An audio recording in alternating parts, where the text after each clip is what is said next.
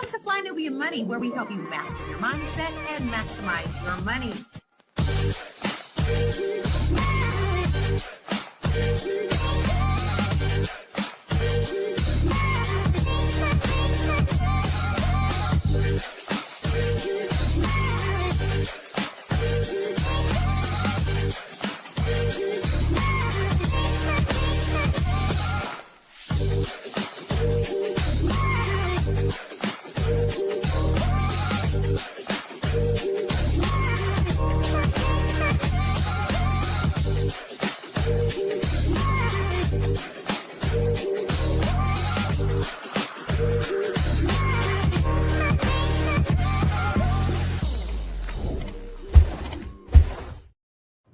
What's up, everybody? Hey, my melanated sisters.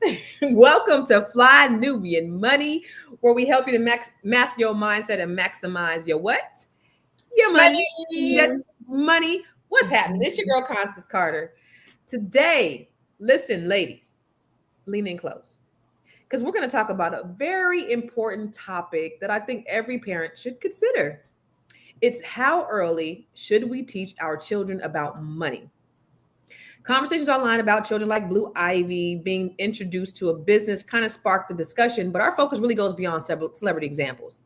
So we're going to explore practical ways to teach kids about money, from chores to learning budgeting skills, how to set boundaries around exposure to adult financial concepts, and how these lessons can help children develop independence, confidence, and smart money habits for life. But here's the question. How early should we start teaching children about money, and how should they actually know? So the first thing I want to ask you is about you. What about your concept of money? How were you, Dr. LaNee, when you kind of learned about the concept of money, and what did you think of it? Because I know a lot of our belief system stems upon what our parents taught us about money. Like, oh, if I have money in my pocket, I'm gonna burn through it. If it's in my pocket, I got to, so there's certain I think values that we learned about money from our parents. What did you learn, Dr. LaNee? I learned that my mom wasn't going to co-sign for me to get a car because she already knew I was going to have bad credit and not pay it. So that was my first lesson on money. Was you got to figure it out. The Bible says, shall not co-sign for a ninja. She said, absolutely not.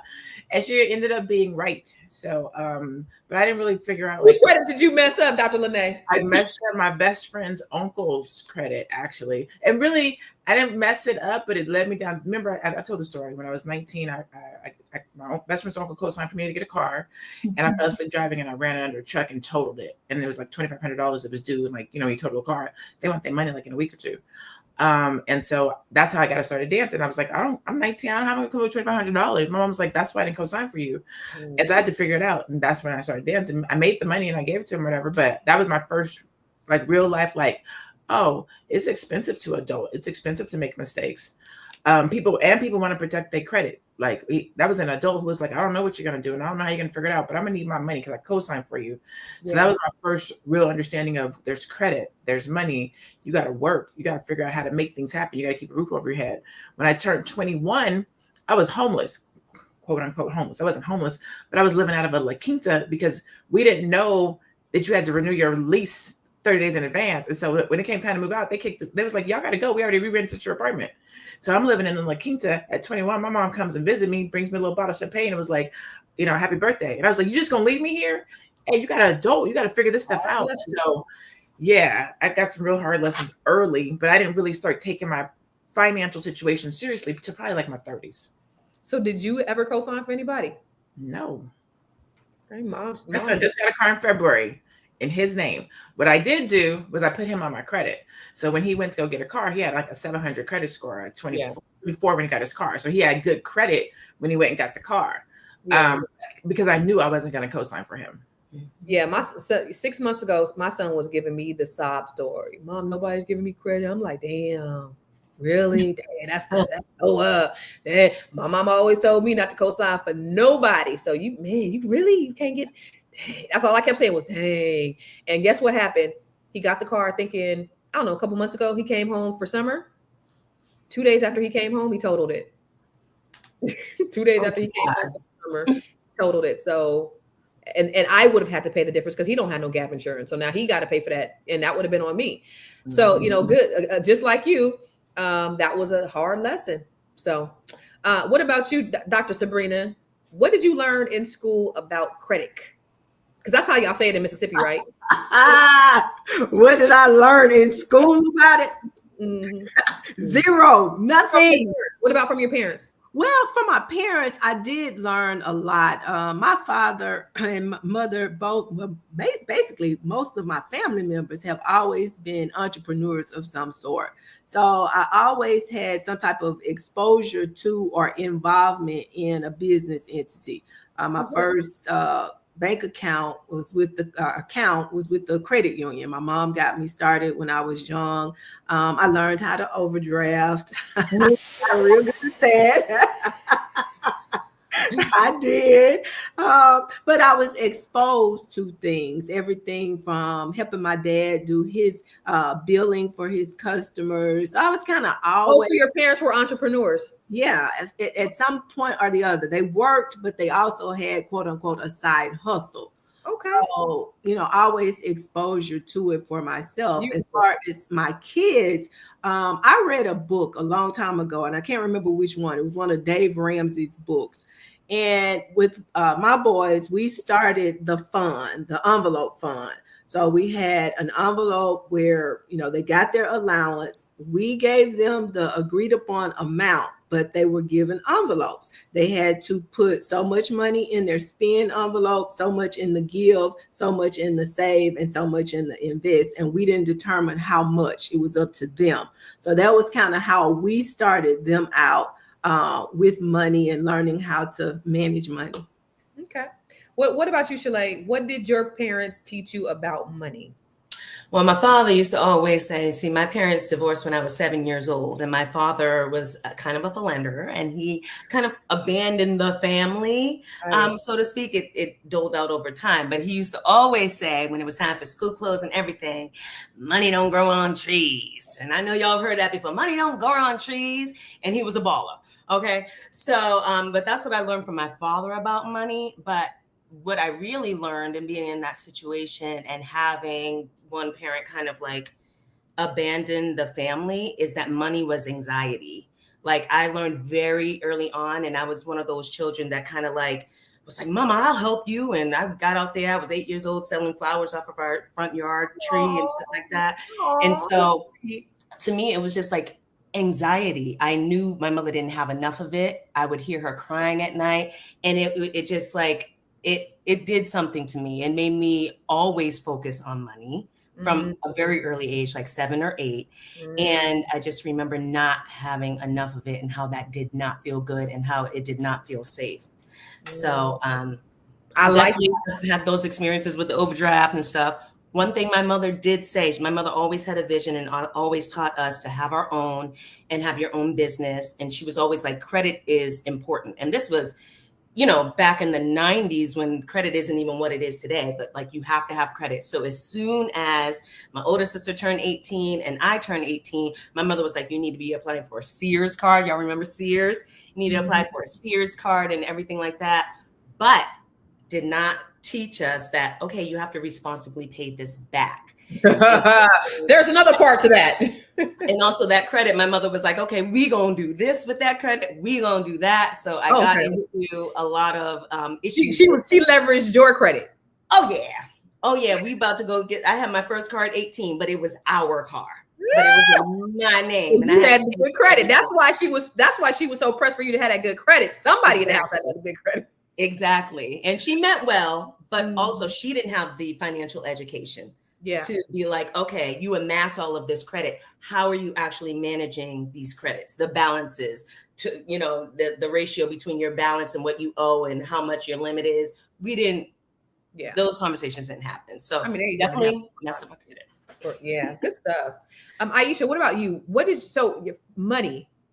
What did your family teach you about money? Money, it's just part of your life, right? But the way I grew up is my mom had her own restaurant. She's a restaurant owner. She had a small restaurant. And all my life, I've been part of that environment where she has a restaurant, but my dad was in the military. So we had that both going at the same time simultaneously. And what I noticed with them is they practiced group economics at a very young age. So the moms or the mothers will come together and let's say example, everybody will contribute $50 each. And then that if there's 10 of us, that entire bucket will be given to one person to do a business, whatever they're doing. And then the same thing will happen for all of us. So they do it over and over again, and then they repeat itself over and over again. That I saw them doing that at collective economics. Is that a susu? I guess that's what they call it here, but back home we call it adache. That's what they call it back home. So they do that with each other. But then I also saw the responsibility. They're very responsible. There was nobody saying, no, I don't want to pay. It was very smooth like that. They all did it, and that was great. And then my dad, the way we saw money was he worked, and my mom would get the money, whatever money was given to her, and then she grew the money, just like with the collective economics with the other mothers. That's what I saw. And for me, she would say, Aisha, okay, this is the list to go to the market. This is what we need. And please buy this, whatever the grocery list is. I will go to the market, follow the budget. So I got comfortable with budgeting. Say, okay, this is how much money you need. We need spinach, tomatoes, whatever it is, meats, and this is the amount you should spend. So I noticed that, okay, this is how it goes. And if there's any change, I bring it back. So really, I had a normal, for me, I think it's normal relationship with money. There was no debt or anything like that, because we don't have credit card debt in my country. We don't have that. It's more what you can do collectively with each other that I saw growing up. So coming to America is when I learned about credit. You have a credit card, but I don't own credit card because I had to pay it. I only have a balance because I want to build my credit. Then I just pay it off because I'm used to just paying what I owe, and that's it. So that's my relationship with money. And I teach my kids the same. All of them, they understand that. Yeah.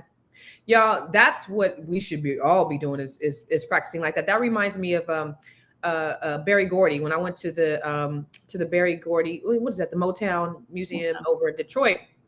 The way he was able to start Motown is they did exactly that. His family and his parents were entrepreneurs, but his family would put money in a pot, and whoever wanted to start a business, they would actually vote on it though. They'd be like, okay, what do you want? You got to go to the family. And then they pitched the idea because he was working somewhere and he hated it. And he really wanted to start this record company. And they went ahead and gave him, and it was only the amount that he had contributed. It wasn't even anything more.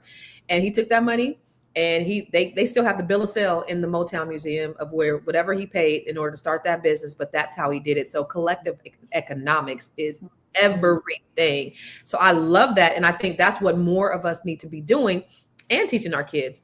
But we're going to talk more about that. I know you guys talked about Aisha and Dr. Sabrina, what you did with your kids, but I do want to know from Dr. LaNee and Shalaye, what are you teaching your children? And we'll talk about that when we come back from the break.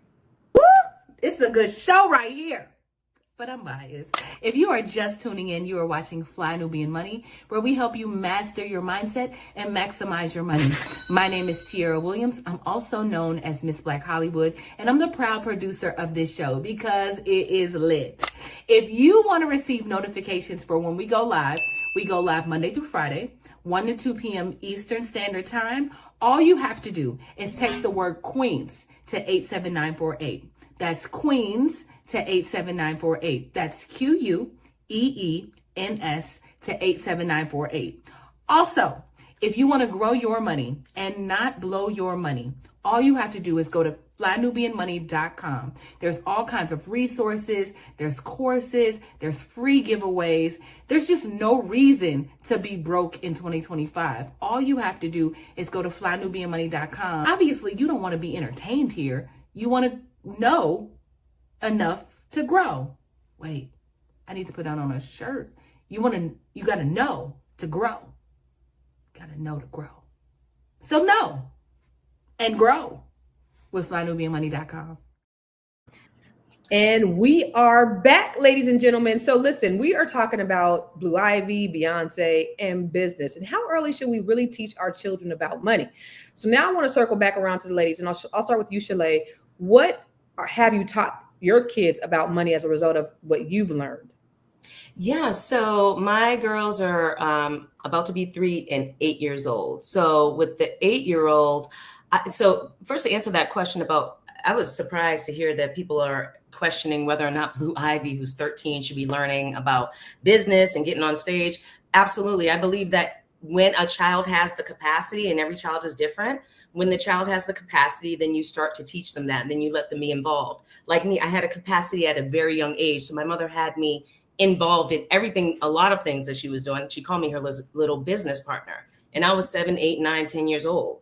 So whenever the child has the capacity. But me and my daughter, especially the 8-year-old, from the time she was out of my belly, this girl was going on home inspections with me and coming to closings and things like that, being in videos with me and stuff like that. And I would explain to her, for her capacity, for her age, like, this is what mommy does to make money for the family. When I did my kitchen over, and I didn't take out any, credit or anything, I did it all cash. And I explained to her, what you see mommy doing, this is why we have this, so we can have this new kitchen that we have.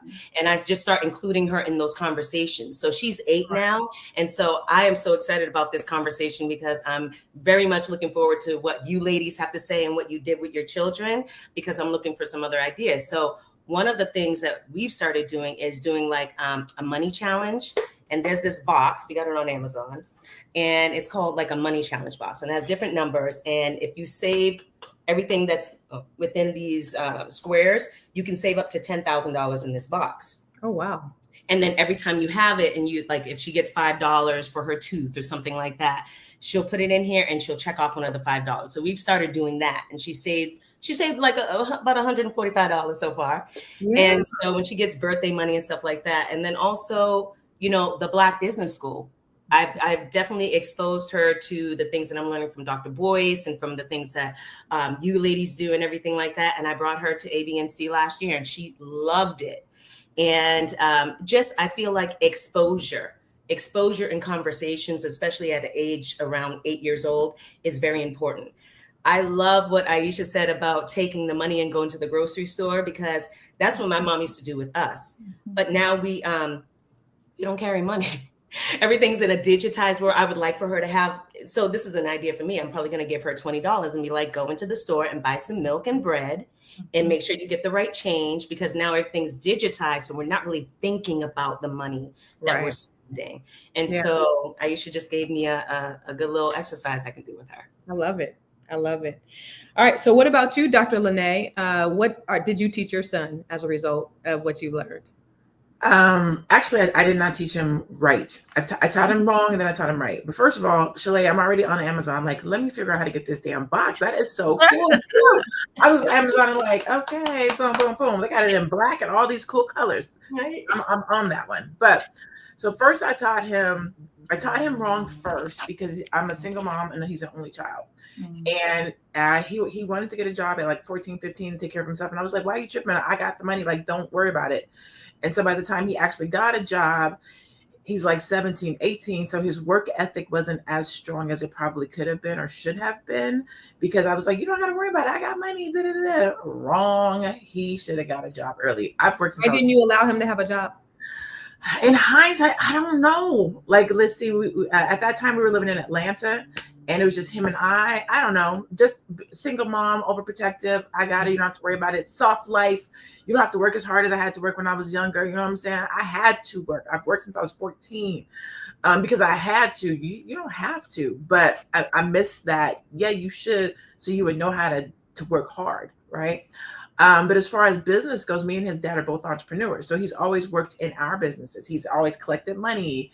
He knows how to sell. He's always had to go out and ask somebody, hey, would you like to buy this for either me or his dad? So he has a business that he has, but he wants me to do everything in it. And so his business is not successful because I'm like, I'm not about to start your business and run your business for you. I get paid to do that for my clients. You sit next to me, so you should be able to learn it. And so we struggle in that area of comprehension because I didn't start it early enough. Yeah, that's I mean, better late than never though. At the end of the day, at least you are having the conversations, because my parents never had the conversation with me. But I'll say for me, of course, I talk about it all the time in my household. That's important. What are you going to do in life? What do you, about money? Like Shalaye said, I bought my kids the Dr. Boyce walk and thing. My son learned how to, he learned how to trade stock. Then I invested. I said, whoever takes this training, I'm going to give you $1,000. He took that 1,000. He was 12. He made 8,000, but it took him 2 years to make the 8,000. Then he took that and he turned it into a business. And he had a business where he was teaching other people. He had 200 people in his group that he was teaching stock tips to. And it was like on Telegram. So they were paying him anywhere between $5 and $25 a month to be in his group. Some of them people still paying him because they on auto pay. And they don't even realize that this $5 is coming out of their thing a month. So he got a little money on his PayPal still, this 3-4 years later. So that's him. My daughter, when you talk about exposure, she's been coming to conferences with me since she was 13. So being that exposure to access and proximity is everything. And Dr. Boyce and Alicia came out here last year and we went to dinner and I took my 2 kids. And so Dr. Boyce was like, how come you don't bring your son to the conferences? And I'm like, why don't I? So a couple months ago when we were in Miami, I took all of my children and it was so great, all 4 of them, but it was so great because they got to see, I need them to be in the rooms. And so like now my youngest son, he does all my Black History Month videos. I'm trying to teach him, just the work ethic. They have different, I'm teaching them how to be entrepreneurs. And my thing is, I will invest in your business. Show me a business plan that you want to do, because you could do anything with the power of the internet. You could figure out anything. Y'all be on TikTok for hours, figure out how to create a sustainable business. I'll be your investor.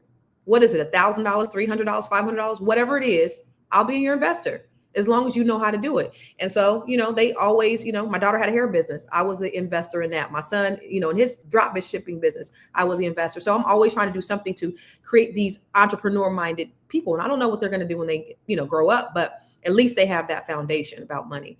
But I do want to show the video about Blue Ivy, and let's talk about, what people are saying about her doing this too early. Before y'all come for me, I am big Beehive, okay? You see Beyonce right there? I don't play about my girl B, okay? I've loved Beyonce since I was like 10 years old, okay?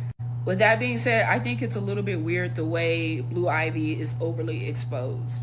Like, I just feel, me personally, right? Somebody that young should not be in the spotlight that much. Like, I think it would be different if she was like 16 or 17 years old. Even then, tread lightly. But like 13 is extremely young to be that exposed. And I get like, oh, well, she's getting experience. She wants to be a performer and etc. And again, I'm not saying Beyonce's a bad mother because I'm not trying to like put her down. I think we're all being a little bit dishonest if we don't feel a little bit uneasy. Celebrity kids are known for having a bunch of trauma, okay? Like, that is a fact. Like, I want y'all to keep in mind that Blue Ivy is a child first. And it does seem a little bit exploitative, the way people are, posting her and etc. And the spectacle surrounding her. So everybody has opinions are like assholes. Everybody got one. Is her opinion valid, Shalaye? So now that I see the video, I see what she's saying, the overexposure, the exploitative nature of how it can come across sometimes. I do kind of understand that. I don't think that she's too young to be exposed to business and be exposed to the industry, especially if that's something that she may want to go into. But I do think that she is a child, and coming from being in the entertainment industry, she can, if she doesn't have a strong sense of who she is already, which is hard to develop when you're a child in the spotlight, it can affect her in adverse ways, in other ways that have nothing to do with money. So I understand what she's talking about as far as that's concerned. But as far as exposure to money and business and her doing something that if she wants to do it, I think it's totally fine. Okay. Dr. Sabrina, do you think her opinion is valid? It's her opinion. So yeah, it's valid. It's hers. It's valid. Do you agree or disagree with her opinion? Mm-hmm. Her assessment? Do I agree? Well, to some extent. I see where she's coming from. I see where the concern is, and especially living in the society that we live in today, I can see where she would be concerned about that. But again, she wants to be a performer. She's getting experience and exposure as a performer. No different than, we recently lost Theo Huxtable. We lost Malcolm. I mean, these were kids when they got into the industry. They got the exposure at young ages. So, I think if that's something that they want to do, she's been given an opportunity to do something that she may be interested in pursuing as a career long term. Okay. What about you, Aisha? What do you think about her opinion? Do you agree or disagree? I agree with her opinion based on the way she was describing it about Blue Ivy being young. And I think it's because of the exposure and how people can now start seeing this young girl, not just as a young girl, they start doing more than that. And then that can mess up with who she is. And then when she gets older, she might encounter a lot of problems. So I can see that. But the money aspect behind the scenes, understanding what the parents are doing and how the business works, I think that's normal. Or that should be the case. If she wants to go into that kind of industry, she should understand how the business works in the back. But putting her at that same level with her mom, if it was my daughter, I won't do it. Even though that's my business, I want her to learn about it behind the scenes. And as she's interested, as she gets older and older, where she's more mature and can handle the different aspects, then I'll start to introduce her to other people in that aspect. That's just what I will be doing. But I totally understand where she's coming from, the lady that was commenting. Okay. Dr. LaNee, what do you think about this lady's opinion? Is her point valid? I think it's completely invalid, false, rude, dumb, and wrong. Who better to learn business from than your mother? Who better to guide you in that entertainment business than your mother? Look at your Justin Biebers and your Lindsay Lohans and all these kids that got into this business with no protection and nobody to guide them. Your mother is Beyoncé. Your father is Jay-Z. Ain't nobody about to act a plumb fool with you. You have protection. Mm-hmm. You have lineage. And there's a difference between exposure and exploiting. Yeah. Northwest exploited, right?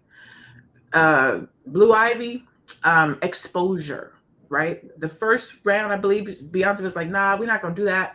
She was like, no, let me try. Like, she was like, let me see if I could do it. So they gave her a little bit. And then she went into the lab and worked hard. I believe, old girl, I forget her name, Monster, she gets paid $1 million a year to be her trainer. Beyonce doesn't train her. Beyonce doesn't dance with her, none of that. She has her own person. So she's being trained. She's working hard. If this is her career path, she's working for it. It's not being handed to her. She has to work just as hard as everybody else. She has to go through the ropes. Now, if it was being handed to her, I get it. But she is learning and she's going after what she wants. And she's being taught by her mom. So I don't see anything wrong with it. I think this is another one of those times where we're looking at somebody else's life from this lady's perspective, right? This lady is looking at somebody else's life and giving her opinion on something that ain't her business. Yeah, in reality, if you could do it with your own child, you would probably do it too. We're talking about it from that perspective, but we do the same things with our own children. Are you going to wait till your child is grown to teach them about business? No. As soon as you see that they have a desire for business or a desire to learn or the capacity, as Shalaye said, then you want to start nurturing it. We don't even know if she'll keep going down this path, but right now, that's what she's interested in, and she's learning from the best in the business. So. Right, and I think that's the key word. She has a desire to do so. If she had no desire, she would not be doing it. Beyonce is not making that girl get out there and do that. And look at Blue Ivy from the first time you've seen her out there to now, and how hard she's worked to do what is she really, really wants it. She could tell she really, really wants to do it. So, and just to add to that, even when you see this, she don't have her ass out. Right. She gets off stage when they go into certain types of music and certain types of dancing. Right. In every single, she's covered up. She's well protected in the environment. She's not out here looking crazy, wearing all the outfits that everybody else is. So she's out here, but again, I don't feel like she's being exploited. Yeah, there's a difference between being exploited and being empowered. I feel like she's being empowered and not exploited. And so it's all from your lens. It's just, it's like it's half empty or half full. How do you look at these situations? And if you want to look at it negatively, that's what you're going to get. You're going to see negativity. But let's look at this video that talks a little bit more about that. When I tell you we are watching real live artist development with Beyonce and Blue Ivy, this is our niece, May 2023. And it's not that she didn't know the moves, it's just the confidence wasn't there. Here she is, April 2025, confident, hitting every boom cat, and just looking amazing on the stage. And that's because her mama, who is the queen of hard work and work ethic, is making homegirl work for it. Check Blue out.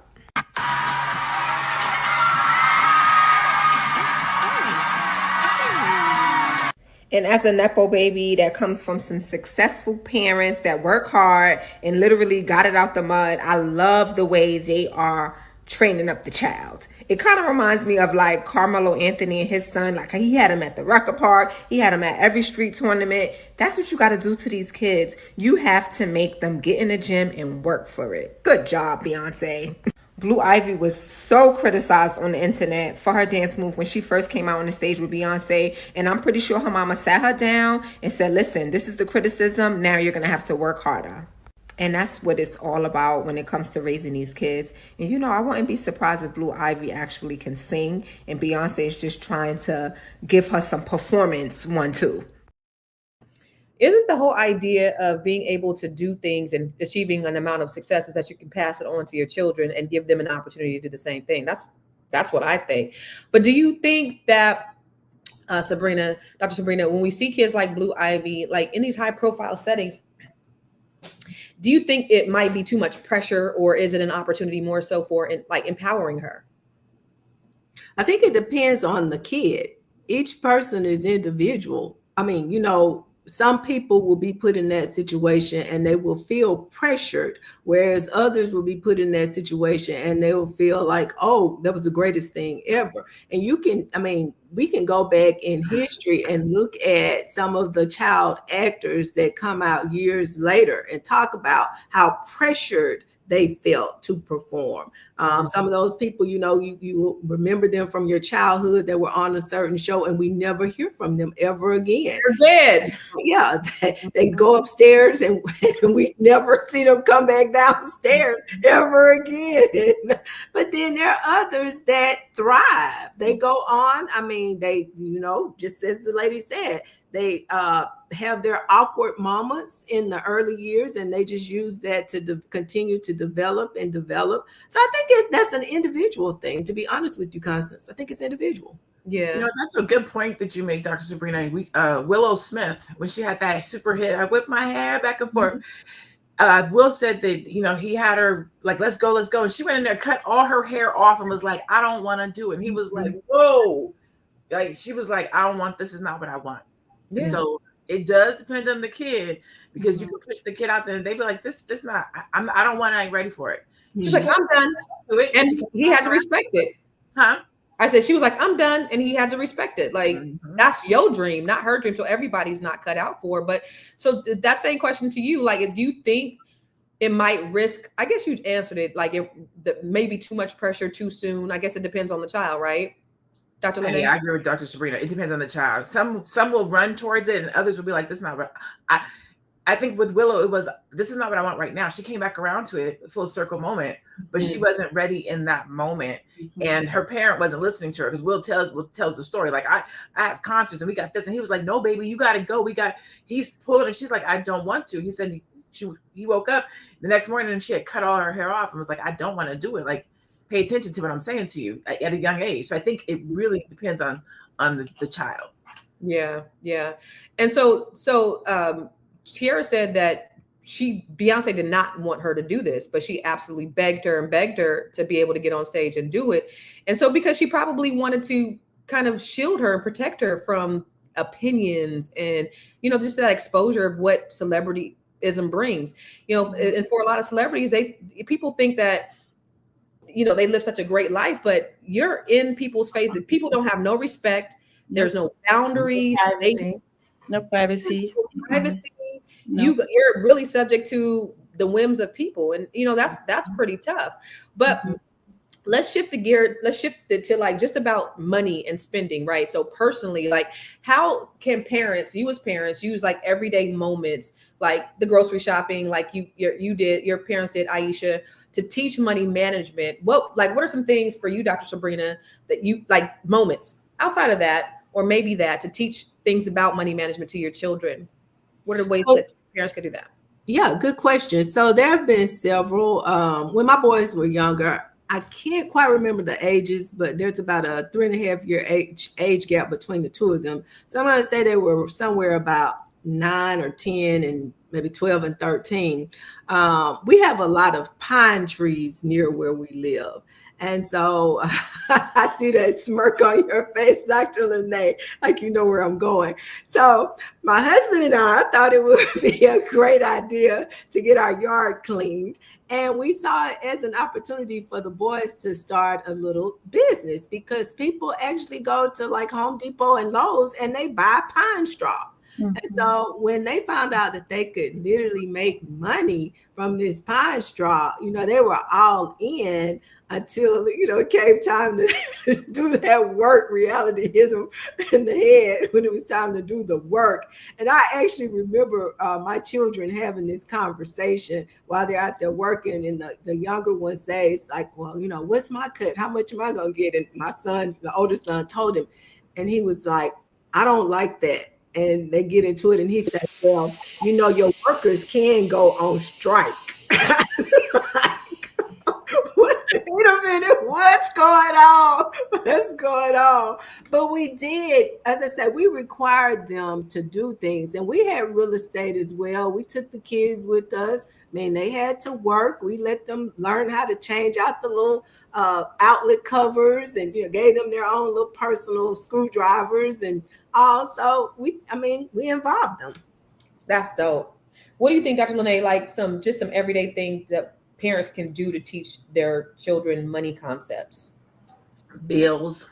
So bring What do your you mean? children, like when you do your bills, budgeting, credit.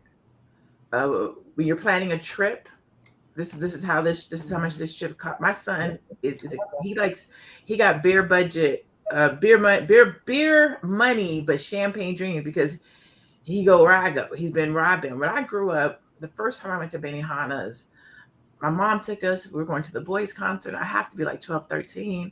And we go on birthdays and special occasions. And my son is used to going to Benihana's on Wednesday, picking it up and driving home. Like, we're getting takeout. Like, so just trying to explain to him, this lifestyle that we live does not come easy, and everybody doesn't get to live it. You have to work hard for it. Look at these things. And so he's 25 now. So now he'll come like, Mom, did you know the bread costs this much? Did you know? Yes, son, I do. Yes, I do. So now he's looking at pricing and things. He's like, so if I made this much, and he's starting to look at his budget, and he just starting to work through these things. So some of it is not answering the questions anymore. Letting them work through it, letting them figure out, I realize this, so I got to do this so I can have that. Okay, so maybe I need to do savings. That sounds like a good idea. So just not being so quick to answer, because again, like Shalaye has youngers, mine is older. So now I'm like, okay, so what are we doing with this? And just trying to make him think through these things, opposed to just buying it. Because when you take your mom's card to the store, you just go get the groceries. You don't think about how much they cost. So when you come back, I'm like, how'd you spend $75? Oh, I don't know. So you didn't look at the price? Mm-mm. Okay. They start looking at it when they spending that money, though. Oh yeah, when they're spending their money. So that kind of stuff. Yeah. What about you, Aisha? What do you think are some practical ways? I know you talked about, your parents teaching you to go to the grocery store, but what are some other practical ways that you could teach your children? I do the same with my kids. I give them cash to spend, and if they get money for their birthdays, they have to manage it themselves. And I tell them, you don't forget your rules of money, the 50, 30, 20 rule. Always, even though you don't have those needs, we take care of them, but you need to still budget your money as such. Do they do it all the time? No, but at least that is planted in them to keep practicing in that way, and having them pay their own way. If we go out, they have their own money. If there's something that is out of the family plan, they want to pay, they have their own money. They can pay for themselves and get their change back. So I have them use cash. That way they can keep track of what's going on. And I say, see, your money is finished. That's it. You can't buy anything anymore. And they get used to it. I say, oh, wow, that's right. You spent it. So I just keep having that just basic, literally basic everyday things. Just you do it yourself and let them feel that, oh, wow, I don't have any more money. And then for my son, I added him to my credit card so that he can build credit. But as he's spending, we both can see what's going on at the same time. Then we talk about it. So what was this about? And then you owe me money. So they say, oh, you have to pay. When he pays, you understand, oh, wow, yeah, when you borrow money, you have to pay back. So he sees, so this is making them feel comfortable around money and understanding that if you spend it, it's gone. But if you also leave it in your bank and it grows, it grows. So which one do you want to do? So you have to stay within your budget, your 50%, your 30%, 20% allocation, stay within that, because if you go out of that, then you're getting yourself in a very bad spot. So that's just daily and day out. That's just what we do. Just keep it simple, not overthink it. That's what we're doing. Mm-hmm. What about you, Shalaye? So for me, like I said, my daughter is 8. So we're coming into that stage where there's more conversations about money, because just like Dr. LaNee, she just think mama's pocketbook don't end. Okay. For her birthday, she's like, Mama, I know we're going to have a party and we're going to do a trip. So for Christmas, it's lit up like it looks like a toy store and stuff like that. And I'm getting away from that and getting more into value things. Even for Christmas, I'm like, okay, Journey, last Christmas, I'm like, we're going on a trip. So you're only going to get a couple gifts. And I not warned her, but I let her know that in advance so that she had an expectation, because all of it kind of boils down to mentality and mindset. Like we had all talked about how we felt about money growing up. It was all a mindset that we learned through programming and through our experience. So for us, we say, we've been teaching her, and I have to credit her dad for this, money is easy. No matter what's going on in the background and we're doing, she doesn't know that yet because she's young, but we tell her money is easy. So she thinks money is easy, which obviously she's 8. Okay. But I want her to believe that. I said, money is easy, but you have to give something of value for it, because it's something of value that you're getting back. So you have to give something of value in order to get something of value, but it is easy. It's not hard. So that's, I think for us and where we are, it's really the conversations, and definitely, like I said, inputting that, giving her cash and having her spend it and do the math and stuff like that. That's going to be great. So smart. Aisha, what is the 50-30-20 rule? Oh, the 50 is for your needs, things that are important that have to be done. 50%, the 30% for your wants. Have fun. 20% you have to save. You can't just blow up all your money and then come to me and ask me for money. It doesn't work like that. Okay. Very good. So I know there was, when my children were younger, I used to use this app called Busy Kids. Have you guys heard of that? It's where it's an app where you have chores and stuff on there. And so they do chores. And then once the chores are done, they go to the app. They say the chores are done. They have to take a picture, and then you could deposit money, and then they get a little ATM and all that stuff. So I did that. I also have Acorns. I heard Acorns now does something like where they have allowance integrated into it, but I've done Acorns, and then now they have a custodian. So I have, money going towards my children. Well, only one now because he's under 18, but once they turn 18, then they turn it over to them. And so what I told my kids, my sons to do, because there's only my 3 sons, so once it was turned over to them, now you connect that to your bank account, and now you're saving money with Acorns. My daughter has Acorns too, but now so now that they went from they got a little nest egg from when I was saving the money. I put whatever I put in there per week, and then now they're doing it. So they're keeping that habit where they're putting money in a vehicle that's generating some kind of interest. It's investing in stock for them and all of those things. So that's something that we can do as parents as well. Is teach them, give them chores. You can incentivize them for that through the app where they're getting money and they're excited about doing the chores, and then Acorns as well. So that's a question for you, Constance. Mm-hmm. As far as the chores, and maybe for all of you ladies, because I had considered doing that too. Like, okay, if you make your bed, you sweep, you fold your clothes, then I'll give you money for that. But then I'm thinking about, those are things that she needs to do anyway. Mm-hmm. And I don't want to monetize things that she needs to do anyway. I want her to create some other type of some value and then get rewarded for that monetarily that way. What do you guys think about that? Yeah. So that's real deep. Yeah. So that's not something I really thought about that deeply, but I think that's good. That's a value system that you want to instill in your children. For me, it was just like, hey, I'm going to give them something to do, especially these little stinky ass boys. Like, go clean your room. And now these Negroes don't clean their room. The rooms are nasty, and they don't get no money anyway. So it didn't work. So but that was just for me, just a way for them to. It wasn't really about the chores for me. It was about showing them how to do something, how to work, and then get paid. That's how I look at it more so than the chore. Because also, we had housekeepers and things like that we don't have one now here, but when, we had a housekeeper that would come over a couple times a week that would clean up after them. So, they had that. They had that. Yeah. So for me, what I did for that, because I believe in that too. Your room, cleaning your room, the house is part of just chores. That just, you don't get paid for any of that. I'm sorry. You need to do dishes, do laundry, clean your room, vacuum. That is part of family life. No, but let's say outside where my gardener will come and take care of some stuff in the garden. Some things I will let the gardener not do, so that my son can do, so I can pay him, because I want him to earn money. So I said, you know what, the fruit tree is full now. We're going to harvest them. If you harvest them and arrange them properly and clean them up for me, I'll pay you whatever I was going to pay the gardener.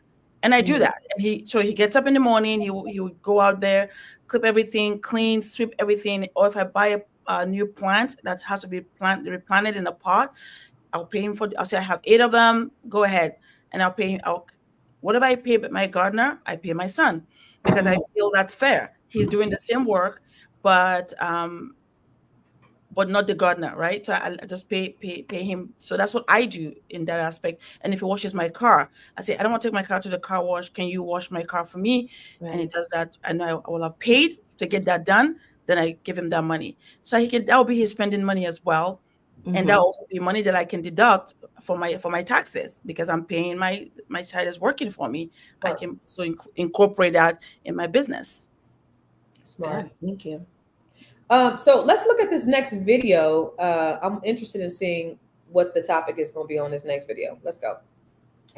But what you can tell that Blue Ivy has is discipline. What you can tell is that she understands that this is serious and she puts in the work, right? But the biggest thing is she's being exposed to so much, y'all, that she might not even want to be a dancer. She just has access to it and therefore is taking advantage of it and having fun. But she is having exposure to on stage, backstage, pre-production, post-production. I love that people call her the manager, right? She could become literally anything because of this exposure. And I remember when she did the first concert, which I believe was Renaissance, and there were a lot of older people, I don't know if they were parents or not, but older people, probably my generation and up, who felt like it was a negative thing that Blue was on tour. Oh, she needs to be at home, or she needs to be in school, or she needs this, or she needs that. But to me, it felt like it's clear that you didn't grow up with a parent who owned a business. Right? Like what you're looking at and deciding is that she's being exposed to something that she shouldn't be exposed to, right? Because of the music, because of the dancing, because of the people, et cetera, et cetera. But what you're missing is this is her family business. So just like you go work in your dad's pizza shop or the auto shop or your mom's beauty shop or the grocery store, the same thing is true here. The dry cleaners, the same thing is true here. She's learning the ropes of her family's business, and that is big. And so for those people who do have kids and they're able to do internships or they're able to travel the world, they are being exposed to things and learning things about people, cultures, themselves, picking up on soft skills that you simply cannot learn in a classroom. And I know we come from a generation of perfect attendance, because I was that chick, baby. I hated missing school, but I also enjoyed learning. I hated missing school. I wanted perfect attendance. But when you think about what you can learn in life to supplement and complement what you're learning in the classroom, it's worth it. So kudos to them for finding a way to expose her to their family business while also making sure she still presents herself like a 13-year-old, but realizing if this is what you want to do, if you want to be a dancer, if you want to be a performer, if you want to sing, if you want to act, whatever it is you want to do, there's work that goes into it. And until you can prove that you are ready to work, we won't put you on that stage. But once you do, then let's go. And she has really taken it and ran with it. Wow. But what you can tell that. So they really have straight think pieces on Blue Ivy. So Dr. LaNee, what are your thoughts on what she said? I think that anybody who is talking about big ups, good job, understanding is on the right track. So I think she did a good job of talking about it. It's a business. It's a family business. It's just being reared in the family business.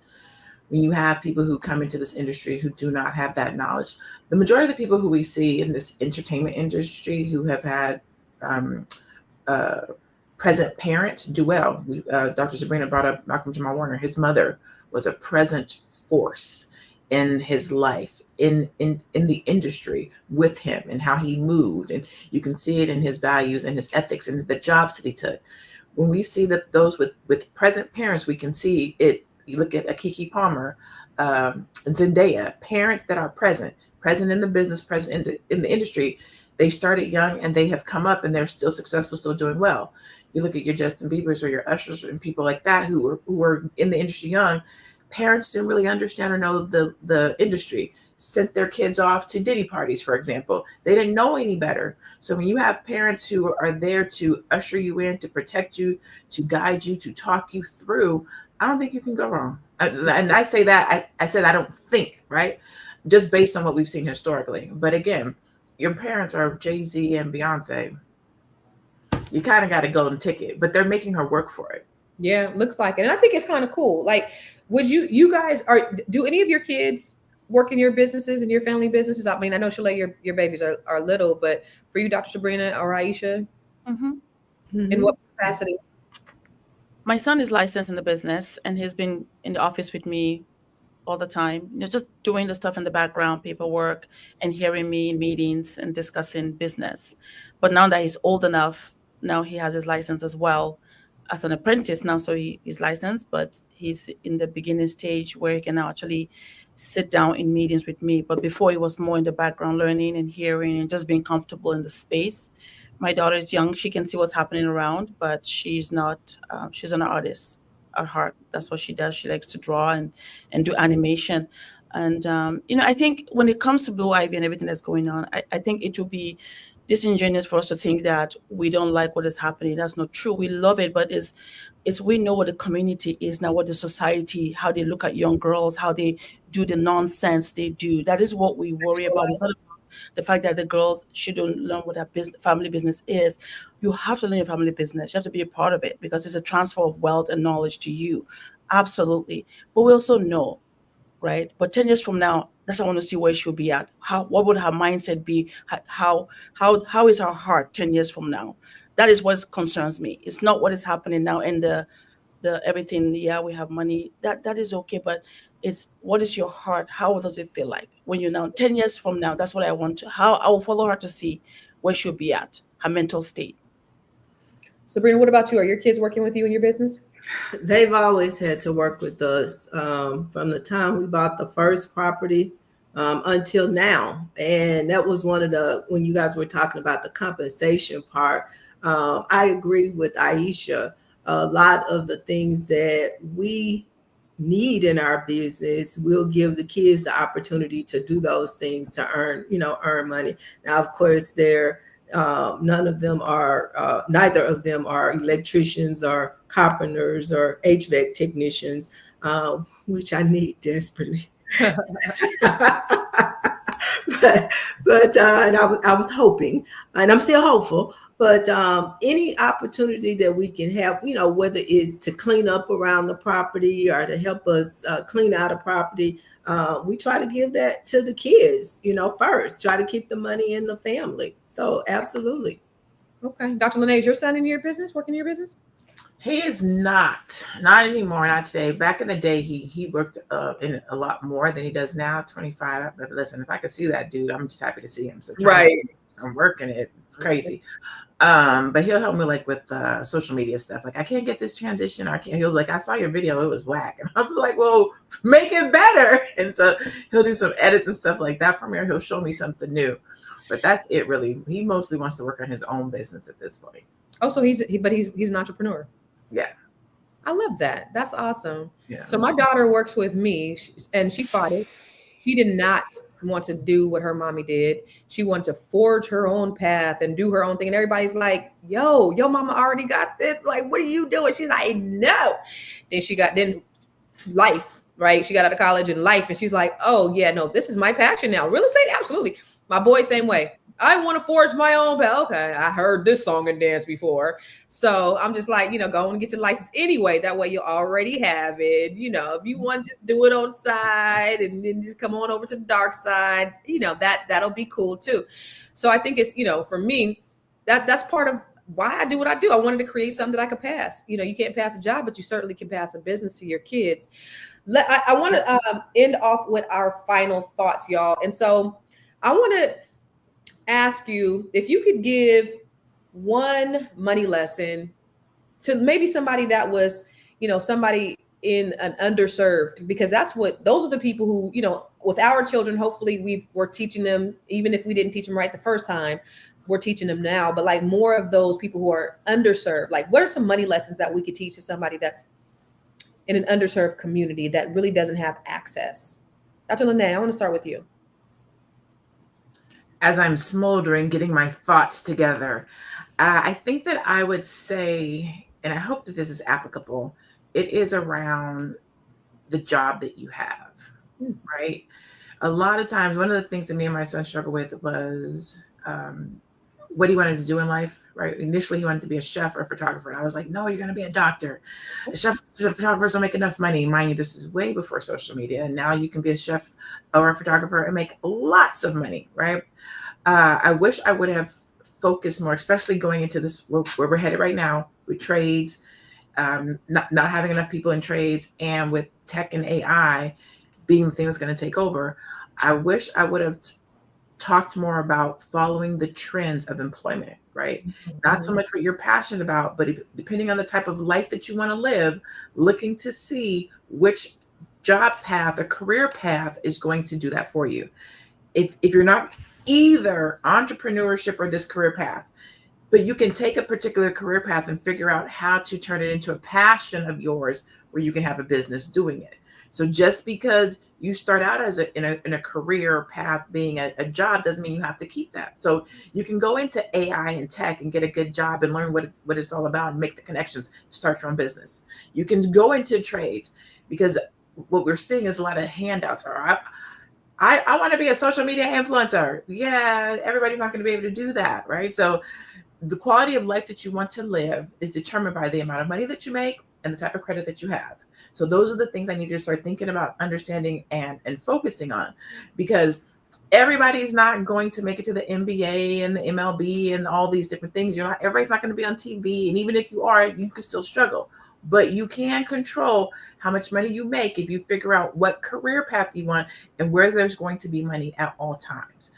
That's what I would teach somebody right now. And that's one of the things I'm talking to my son about right now is the writing is on the wall with trades. Become a barber, start to get your own barbershop. Like if nothing else, you like to hang out and kick it all day. You like to be fly. Your hair is always cut. Your clothes are always nice.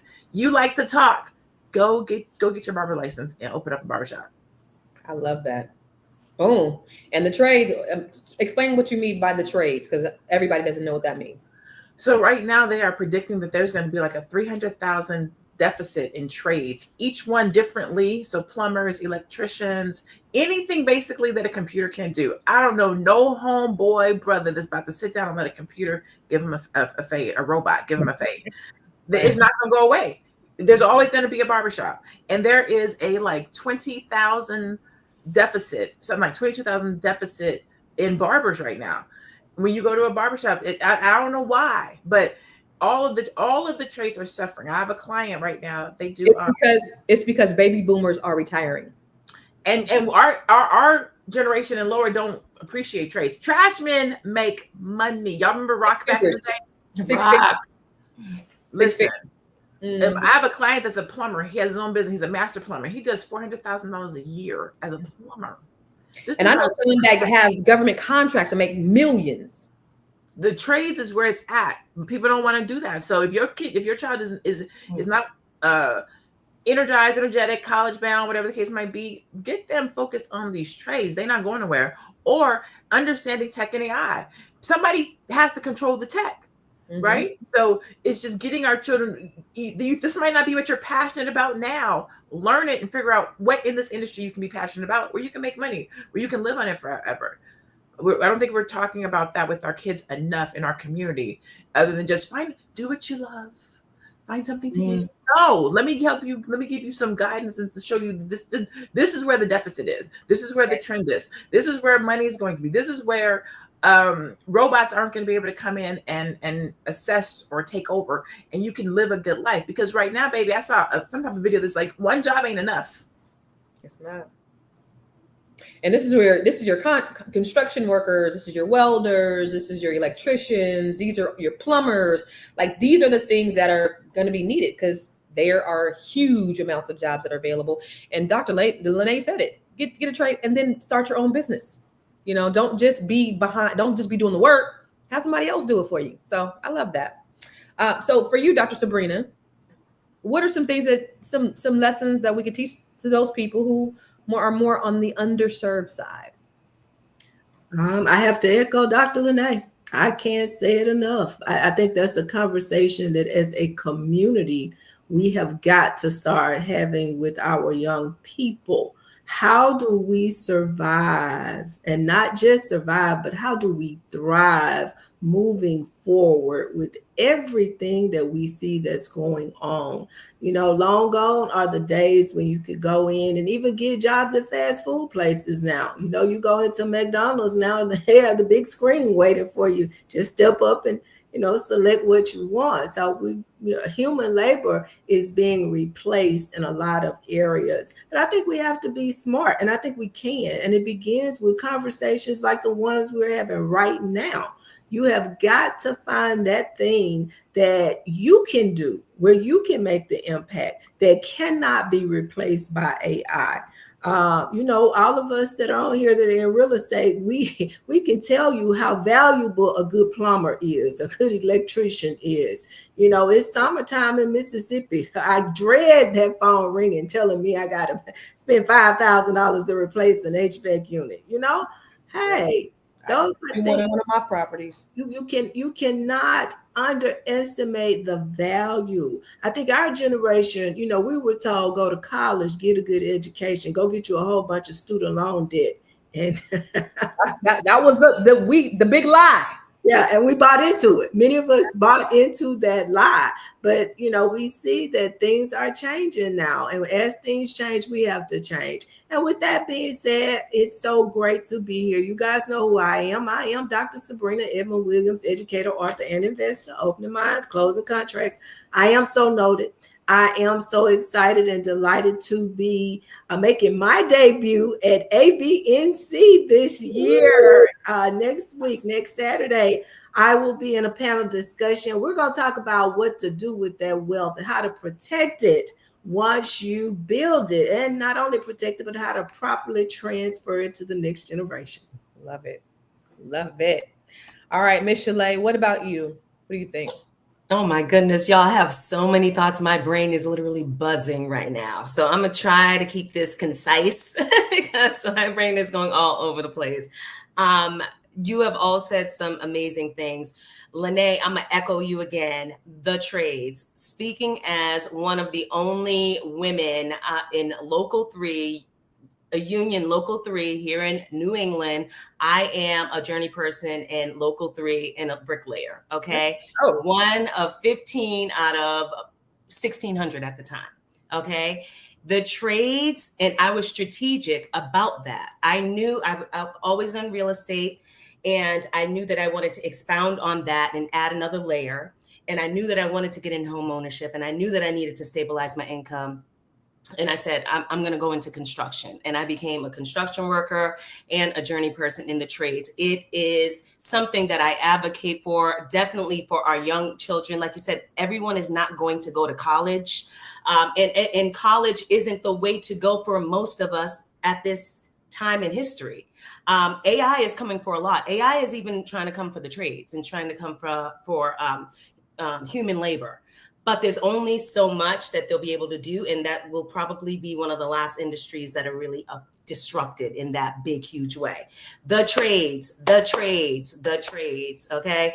What else do I want to say? Money is a tool. We all know money is a tool, right? And we need to be not making it a mystery. So this is what this whole conversation is about with our kids. Like, most of us didn't have the big money talks when we were younger, but we need to start just having these talks. getting on this show, talking about these things, getting ideas from other people, and letting our kids know that money's a tool, and the money that they have can help them control their life versus react to their life when things happen. And that, I think that would be the biggest lesson for me to say, like, money helps us be able to better control our lives instead of react to it when things happen. And it's a gateway to options, and we love options. We love options. So my daughter, she's 8. She's like, oh, Mama, I want to be a YouTuber. And I told her, you can be a YouTuber, but we got to make a business that makes money. Like, you can do a business that makes money, then you can do whatever you want. You can have your fun, but you got to make the money first. I am Shalaye Camillo. I am CEO and founder of Vital Source Realty here in Massachusetts, but I can help you buy or sell real estate, investment property anywhere in the continental United States and Canada. Hit me up. Let's get some more properties under our belts in our community. Wealth building, that is the number one way that Black people are accumulating wealth, is through home ownership and property ownership. Okay, hit me up. You can find me on Instagram at Shalaye Camillo. You can visit my website at vitalsourcerealty.com. And I will also be at ABNC next week, and I'm so excited. And I'll be speaking on a panel with none other than Constance, and I can't wait. It's going to be a good time. So I want to echo everything that you guys said about the trades. That's important. And I also want to say that, like, true wealth. So I want to just break down the cash flow quadrant by Robert Kiyosaki. So when you talk about having these trades, you're really trading your time for money, right? So you're an employee and you're trading your time for money. Mm-hmm. And there is a limit to the amount of money that you can make. You can only make so much money because your employer determines how much money you make, and it also determines how much time you have to make it, right? So you want to go from being an employee to maybe a self-employed person, right? And that's us. A lot of us are self-employed people, but also you're limited in how much time you have. You can make as much money as you want, but now you're a tradesperson, and now you have your own little hustle. Right? You have your own self. You're a solopreneur, and you're doing a thing, and you can make all this money, but you're still limited on how much time you have. So then you want to get to a place where you're a business owner. That's the ultimate, right? I am now running this business, and I have other people who are trading their time and their money working for me. There's no limits to how much money I can make. And ultimately, you want your money to make money for you, and you want to become an investor. That's where you're investing your money. You're having multiple revenue streams. You know, the Bible says have 7 or 8 revenue streams, because we never know when a disaster is going to strike. So ultimately, you want to get from that trade where you're an employee to a business owner, and then you want to take your money and you want to multiply it, put it in vehicles that generate compound interest. You want to put it in other businesses. You want to put it in stock. You want to do all of those things. So all of that they said is wonderful, and just to build on top of that to ultimately become where we can have our money work for us, and we can be generational wealth builders. That's my final thought. So I want to just tell you that today's conversation reminds us that about money, and remembering the lessons that we give kids early on can shape their entire financial future, whether through chores or budgeting or age appropriate discussions. We can help children build confidence, independence, and long-term financial responsibility. That's it, and that's all. I had such an amazing time with you ladies today. Some of the most smartest, brilliantest ladies on the planet. And then we'll see you tomorrow. Same bat time, same bat channel. Peace.